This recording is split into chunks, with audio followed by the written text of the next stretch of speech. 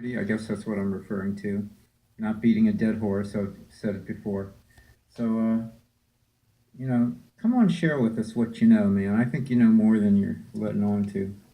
And don't give me that bunk that it'll hamper the police investigation. I don't buy that. So that's my request to you. Let's see what you can do. Give us some news on what you think happened and how long it took. Request to Why Anthony didn't the searchers Greeno. find the girls the first time around?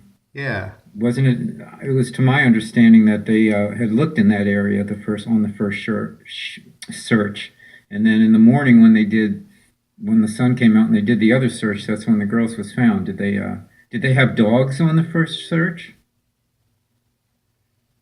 What's going on, Mr. Sutclif? I'm Anthony Greeno. And my response today is just for you. I saw your video, obviously. I incorporated a part of it at the beginning of this. Um, I will go out and do in-your-face interviews. I have no issue doing that. That does not bother me at all. I don't mind sticking a microphone in anybody's face and demanding answers. But I really don't know anything. I don't know anything more than what the public knows. There's certain basic facts that we do know. The rest of it is all based on rumors and speculation. Uh, the facts that we know that the two girls were missing the night, that they took a video clip of the suspect, which law enforcement has screenshotted a few different images for us. You can also hear the audio of him saying down the hill. The reenactment video that we just recently completed, I think, is probably the most likely scenario. We don't know where the girls were killed. We don't know if they were killed on one side of the creek and taken to the other, if they ran across, or if he ordered them across. In my personal opinion, and this is just my opinion, not fact, I believe that they were ordered across the creek or ran across the creek to get away from him, and he killed them on the other side and left them there. We don't know really anything more than that. And when you try to pry for information like that, law enforcement does come out and say, well, only the killer would know that, or that could jeopardize the investigation.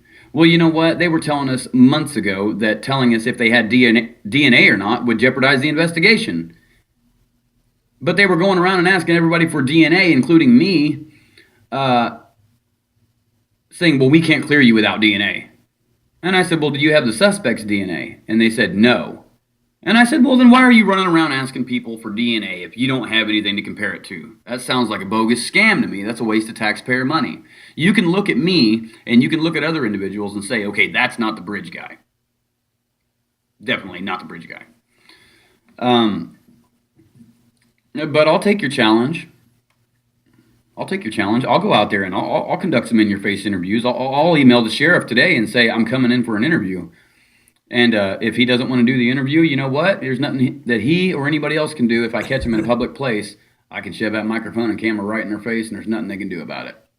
If you stand outside your house, you're in public. If you're in public view, I can film you. So, I'll try. I'll do my best. I mean, they don't like me too much because I call them out on the lies. But then again, not a lot of people do like me. And that's okay because I don't care. I do what I want to do, and that's my constitutional right. But there's so many unknown facts in this. We all want to know the questions you're asking, and none of us know. And it makes no sense for them to come back and say, well, it would jeopardize the investigation. No, it won't. No, it won't. It won't jeopardize the investigation if they released a piece of that video footage showing that guy walking a couple steps, would it? No? What are they going to say? Oh, the suspect's going to come to court on his defense and say, oh man, they showed a video of me. Well, duh, you're the one that did it, you fucker. We want a hanging here. We want a public hanging here. I want that. I want this dude killed. I want this dude dead. And you guarantee if he's arrested, there will be chaos going on up there at the courthouse. The world will be focused in on Delphi. And you know who's got the best spot? Bam. Why? Because I'm camping there overnight. And I've got my cameras all ready and set up first thing in the morning for when he will arrive in court. So, thank you for giving me a challenge. I appreciate you watching my videos. I will do my best to find out more information. It's the information I want to know, the public wants to know. I will catch them up in lies. We will find the truth one way or the other.